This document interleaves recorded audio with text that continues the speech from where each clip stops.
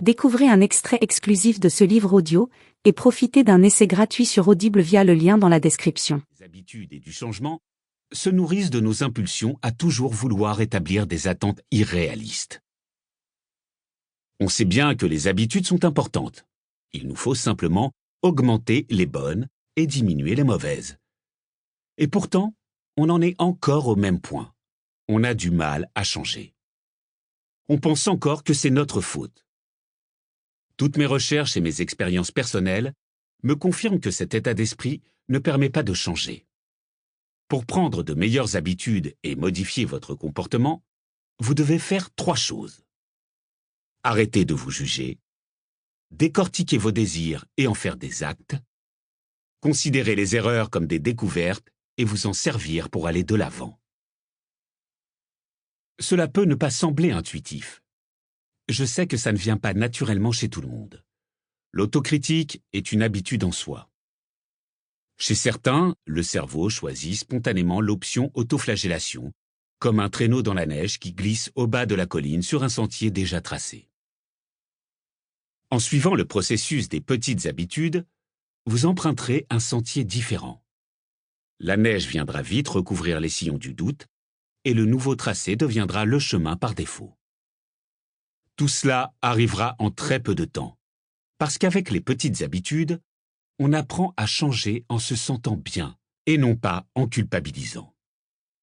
Ce procédé ne nécessite pas de dépendre de sa volonté, de tenir des comptes ou de se promettre des récompenses. Il n'y a pas de durée magique pendant laquelle on doit se forcer à faire les choses. Toutes ces méthodes-là ne sont pas basées sur la façon dont fonctionnent vraiment les habitudes et ne sont donc pas fiables si l'on veut changer. De plus, elles nous poussent souvent à nous sentir mal. Ce livre vous montrera comment dire adieu à l'angoisse du changement et, chose plus importante encore, comment combler l'écart, peu importe sa taille, entre la personne que vous êtes et celle que vous voulez devenir facilement et avec le sourire. Il vous servira de guide pour vous défaire de vos anciennes méthodes et les remplacer par un système tout neuf. Le système en question n'est pas basé sur des élucubrations. J'ai testé le procédé sur plus de 40 000 personnes au cours de plusieurs années de recherche et d'amélioration. En dirigeant personnellement tous ces gens et en collectant les données semaine après semaine, j'ai compris que la méthode des petites habitudes marchait réellement. Elle remplace les conceptions erronées par des principes éprouvés et les contraintes par des processus. Vous découvrirez ce que le cofondateur d'Instagram, l'un de mes anciens étudiants, a appris sur le comportement humain pour créer une application révolutionnaire et vous utiliserez les mêmes méthodes pour opérer des changements importants dans votre propre vie et celle des autres. Mieux encore, vous allez vous amuser. Une fois qu'on se débarrasse de tout jugement, changer ses habitudes se mue en un voyage exaltant à la découverte de soi. En tirant les leçons des histoires vraies contenues dans ce livre, le sentiment de mener une exploration vous ouvrira la voie vers la réussite. Façonner son comportement. Bienvenue dans le monde de la conception comportementale. Il s'agit du système exhaustif dont je me sers pour envisager clairement le comportement humain et créer des manières simples de changer sa vie. Mes premiers travaux en la matière ont aidé des innovateurs à concevoir des produits dont se servent des millions de gens chaque jour afin de mincir, d'économiser de l'argent, d'adopter une conduite plus économe et ainsi de suite. En voyant l'efficacité de ces méthodes pour créer des solutions professionnelles, je me suis concentré sur le côté personnel. Comment changer son propre comportement? Je me suis penché sur les changements que les gens veulent opérer chez eux, et en me regardant dans le miroir, j'ai vu de nombreuses choses à améliorer. J'ai donc décidé de faire ce que tout bon scientifique zélé finit par faire à un moment ou à un autre. Je me suis pris comme cobaye. J'ai planché sur les comportements que je voulais incorporer dans ma vie. J'ai commencé à faire des choses un peu bêtes qui se sont avérées très utiles, comme faire 2 pompes après chaque passage aux toilettes. Je me suis mis à faire des choses rationnelles qui n'ont rien donné, comme manger une orange au déjeuner tous les midis. Dès qu'une méthode ne fonctionnait pas, je reprenais mes schémas et j'analysais ce qui s'était passé. J'ai commencé à remarquer certaines tendances. J'ai suivi mon instinct. J'ai réitéré inlassablement. Même si je suis spécialiste du comportement, j'ai dû apprendre à créer moi-même mes propres habitudes de vie. Ce processus délibéré n'a été ni évident ni naturel pour moi, mais avec la pratique, j'ai fait de ma faiblesse une force et 6 mois plus tard, j'avais vraiment changé ma vie. J'ai perdu 10 kilos, je me sentais plus fort et en meilleure santé.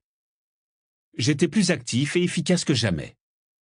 J'ai commencé à manger des œufs et des épinards le matin et du chou-fleur à la moutarde en guise d'encas l'après-midi. Et je me suis débarrassé des aliments inutiles. Je démarrais chaque jour par une série d'habitudes motivantes et j'ai modelé et remodelé ma vie et mon environnement afin de mieux dormir. Au fur et à mesure de mon parcours, non sans embûches, j'ai compris que ma capacité à changer augmentait et que je gagnais en dynamisme. Les dizaines d'habitudes que j'avais prises, minuscules pour la plupart, ont fusionné pour opérer une véritable transformation. Maintenir la cadence ne semblait pas plus difficile que ça. De cette façon, la quête de changement me paraissait naturelle et étrangement amusante. Ces résultats m'ont ravi, et j'ai commencé à enseigner mes méthodes à d'autres personnes en 2011. Mes recherches ont prouvé que cette approche fonctionnait sur les autres, dont les vies ont également changé. À ma grande surprise et à mon grand enthousiasme, cette petite tentative d'introspection dans l'univers de la conception comportementale est devenue un véritable système éprouvé appelé les petites habitudes, moyen facile et rapide de se transformer personnellement.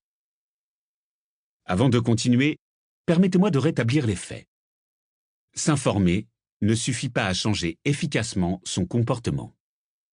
De nombreuses personnes font cette erreur, y compris des professionnels bien intentionnés. Elles partent du principe suivant. Si l'on communique aux gens les bonnes données, leur attitude changera et leur comportement aussi. J'appelle ça le sophisme information-action. De nombreux produits et autres programmes chapeautés par des professionnels pleins de bonnes intentions cherchent à changer les gens en les éduquant. Lors de conférences, ils disent des choses comme « si les gens savaient, ils changeraient ».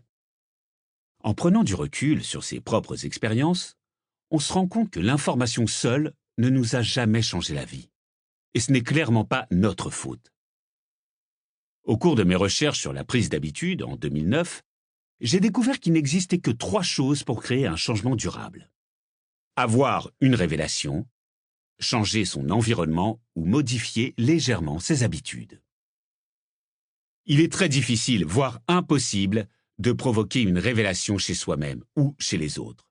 Et je suggère d'abandonner cette option, à moins d'avoir des pouvoirs magiques, ce que je n'ai pas.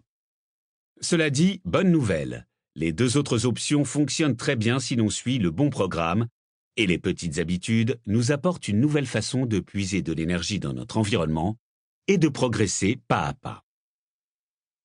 Pour commencer, il faut prendre de toutes petites habitudes positives qui grandiront en chemin.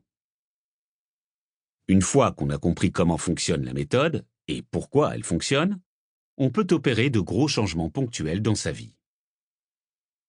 On peut se défaire de ses habitudes néfastes. On peut s'attaquer aux défis sur sa liste, comme courir le marathon. Je vous guiderai à travers les différents scénarios de changements comportementaux que vous pourrez rencontrer.